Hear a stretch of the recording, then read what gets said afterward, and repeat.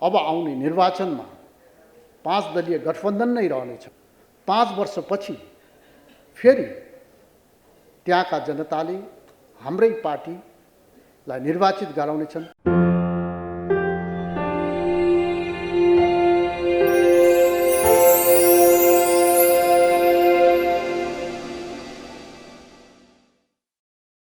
मेरो विचारमा तपाईहरुका मुख्य 3टा काम छन्: विकास निर्माण, सेवा प्रवाह र जनताको गुनासोलाई सम्बोधन गर्ने। यी 3टा कुरामा तपाईहरुले ध्यान केन्द्रित गर्नुभयो भनेदेखि समय जान धेरै टाइम लाग्दैन। यस कुरालाई ध्यानमा राखेर तपाईहरुले आफ्नो कार्य सम्पादन गर्ने कुरामा अगाडि बढ्नुहुनेछ भन्ने विश्वास मैले लिएको छु। जनताको मन नजितिकन जनताको प्रतिनिधि हुन सकिन्न।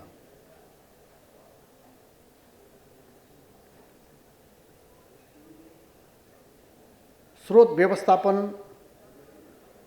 कसरी गर्ने त्यसको बारेमा तपाईहरुले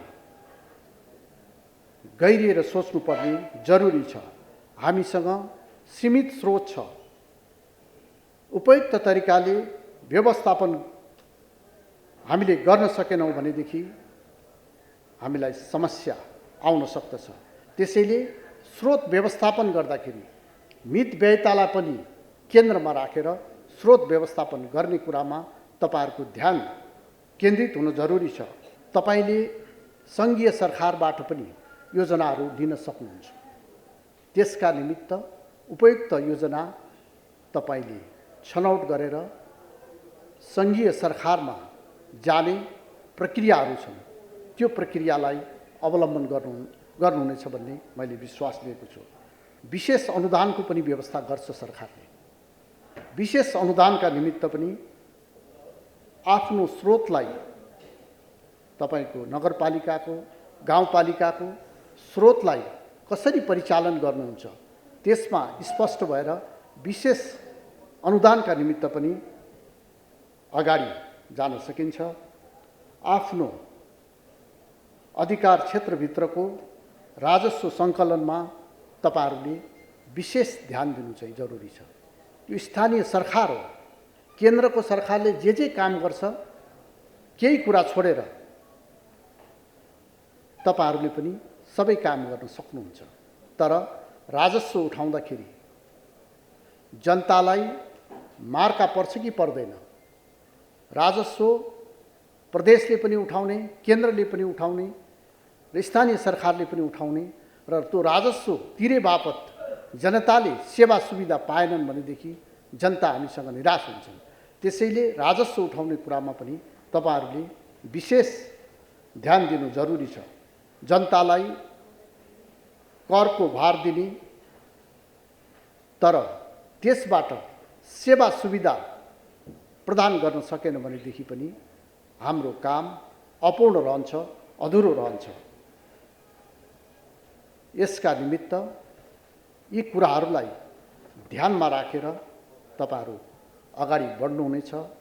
भारतसँग जुन व्यापार घाटा छ त्यो व्यापार घाटा हामीले कम गर्ने, यहाँ धेरै पत्रकार मित्रहरू पनि हुनुहुन्छ, कम गर्ने सबैभन्दा उपयुक्त माध्यम हाम्रो ऊर्जाको विकासै छ।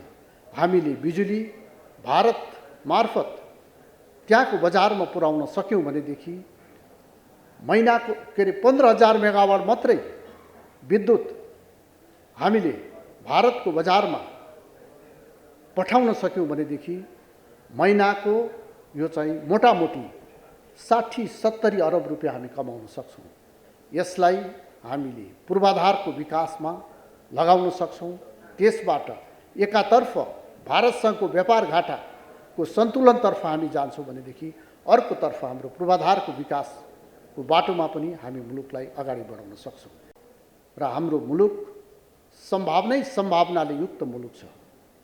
यी सम्भावनाहरूलाई हामीले व्यवहारमा रूपान्तरण गर्न सक्यौं भनेदेखि हामीले जलस्रोतको विकास गरेर, पर्यटनको विकास गरेर, व्यावसायिक कृषिको विकास गरेर र हाम्रा पढेलेखाका युवाहरूलाई सूचना र प्रविधिसँग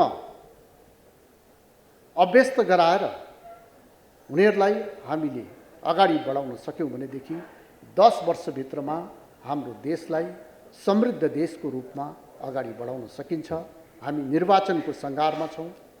यो मुलुकको स्थिरताको निमित्त, यो मुलुकको विकासका निमित्त र यो मुलुकलाई तीव्र गतिमा विकासमा अगाडि बढाएर विकास सन्मुख मुलुकबाट विकासशील मुलुकमा हाम्रो देशलाई पुर्याउनका निमित्त अब आउने निर्वाचनमा हामीले एकताका साथ नेपाली काङ्ग्रेसलाई, नेपालको यसले ऐतिहासिक राजनैतिक परिवर्तनहरू गरेको छ। अब मुलुकको आर्थिक परिवर्तनको जिम्मेवारी दिएर मुलुकलाई आर्थिक समृद्धिको दिशामा अग्रसर गराउनका निमित्त एक भएर आगामी निर्वाचनमा जसरी अहिले हामीले स्थानीय निर्वाचनमा नेपाली काङ्ग्रेसको जुन स्थान हामीले बनाएको छौँ त्यही स्थान आगामी निर्वाचनमा बनाउनका निमित्त हामी सबै आफ्नो तर्फबाट लागौँ र यो कार्यक्रम आयोजना गरेर कृष्णप्रसाद फाउन्डेसनले राम्रो कामको सुरुवात गरेको छ। यसका निमित्त पनि म धन्यवाद दिन चाहन्छु र तपाईहरूले धेरै प्रशिक्षण, तपाईहरू आफै प्रशिक्षक हो, तपाईहरू आफै नेता हो, स्थानीय सरकारको नेतृत्व तपाईहरूले गरिरहनु भएको छ। के गर्दाखेरि तपाईले नेतृत्व गरेको गाउँपालिका, नगरपालिका अरूभन्दा राम्रो बन्न सक्छ, त्यो प्रतिस्पर्धाका साथ तपाईहरू जुट्नुहोला र तपाईहरूको कार्यकालको पूर्ण सफलताको कामना गर्दै मेरो भनाइ अन्त गर्न चाहन्छु।